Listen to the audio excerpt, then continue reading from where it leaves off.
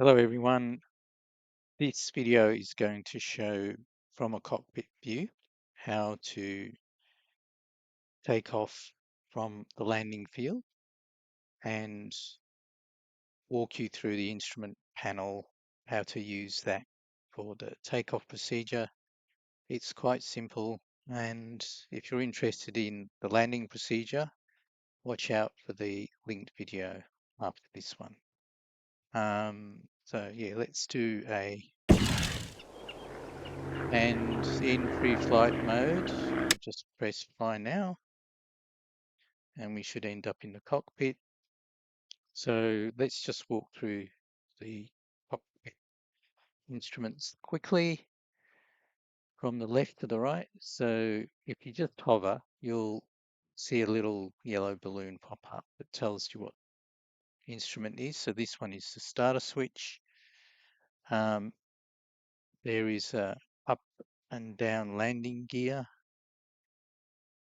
buttons. The green means it's down. I'm assuming when you press up after you take off, the gear will go up and up will light up red. This is kind of remembering the Messerschmitt cockpit. They're all slightly different. Messerschmitt has this located on the right side here. It's a little bit different. There's the magnetos. So they're really I think they're the equivalent of alternators. You need them on for both for the propeller to start. And that's hover over, that's your oil pressure gauge, oil temperature gauge, radiator outlet temperature gauge, obviously airspeed in miles per hour. So this it's probably Spitfire. And altimeter, direction indicator, compass really, I guess, from 0 to 360 degrees. This is the horizon, which is quite good. Some of the old aircraft don't have a horizon; they have a left-right, left-right indicator that shows your banking angle, which is not anywhere near as good as a horizon indicator. So it's good. This aircraft has one. This is the rate of climb, which is another interesting one you don't see on all cockpits. And there's here just underneath that is a turn bank indicator. So this one has both. It has a horizon indicator and it's also saying it's altitude, but I can't see how it shows altitude. Um, I would probably read altitude off this one. But this is a turn bank indicator. So some aircraft just have this and not that one. And yeah, climb, descent, that's an interesting one. Then we've got boost gauge, which is another good one, showing your boost, revs per minute, your tachometer, fuel gauge, and you can turn your fuels main and reserve on and off. I just leave those alone. Fuel pressure warning light, clock, and what's this one? That's probably the angle of the crosshair, but I don't think you can control that. Doesn't look like it, not with the mouse. And oh, this one is flap control, which is good. You can probably have it probably does it in increments. So I'll just unpause it. Oh, it was unpaused. So we'll start the engine. I'm not sure why. Ah, there's flap control. It's either pull on or pull off. Some of the go up in increments, but this is pull on and pull off. So for takeoff, I don't use flap control. I do for landing to slow the plane down on the approach, but for takeoff, I don't think you need it. Never used it really. So now that we've gone through the instruments, they're quite simple. It's, the good old days when life was simple. Things are much more complex now.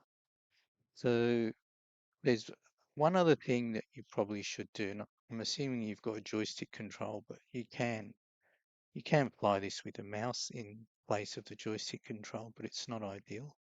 But regardless of whether you have a mouse or a joystick, you should always start by pressing the Shift and number 2 key, and that brings up this throttle control and mixture control. Oh, this has even got propeller pitch, so that's interesting. Again, these controls vary from aircraft to aircraft. So I generally park it in the bottom left, out the way. When it comes to propeller pitch, I probably wouldn't bother with that. It can affect your RPMs in flight versus taking off. So you tend to have a lower pitch, I think, when you're taking off and a higher pitch when you're in flight. Some aircraft just have big pitch propellers, but personally, I wouldn't bother with this. I just leave that full on. Throttle, obviously, that should be down before you take off. I'm just using the throttle control on my joystick, which worked with it just fine. There's keyboard equivalents to all of these as well. And here's the mixture control. I generally don't mess with that either. So you probably don't need it for takeoff anyway. So for takeoff, make sure the throttle is all the way down. And it's quite simple. First step is to turn on the magnetos. And really, that's it. I mean, if you wanted to use flaps, you could turn them on. But once you've got the magnetos turned on, you just press the start button. How simple is that? You long press it. Okay, it hasn't started. Started second time. It needs a long press. All right, and then you just go full throttle. Now I could just drag this up with the mouse, but I'm going to use my joystick, so you'll just see it go up by itself. Now we're full throttle, and because it's sitting on its tail wheel, once it gets enough thrust, the plane levels off, the tail wheel lifts off the ground, and then that's the time to just pull up on the joystick and you become airborne. Now at this point, you can press the G keyboard button to raise the gear, or if you want to use the mouse, you just press the up button over here, and that raises the landing gear. And before you go to the next waypoint, you should just press the S key on the keyboard. This puts you into virtual cockpit mode, which is good for dogfighting. Yeah, you can't really control the instrument panels. It's really purely designed to give you a better view of your surroundings by allowing you to see through the windows. Windows are a bit more, have a bit more clearance than in the normal cockpit mode. If you press S again, you're in full plane view mode, and if you press C, it puts you in chase view. And you can use the hat switch on the joystick, or you can use it in a numeric keypad to hover around the view like this. So I'm pretty sure my landing gear's up. Not that you have to do this. You can just, if you go back to the cockpit view, so I'll switch back by pressing the S key. You can just trust that if this is red, your landing gear is up. So yeah, it's not, as far as I know, that always works. So it's not anything to be too fussed about. Yeah, and then you're airborne.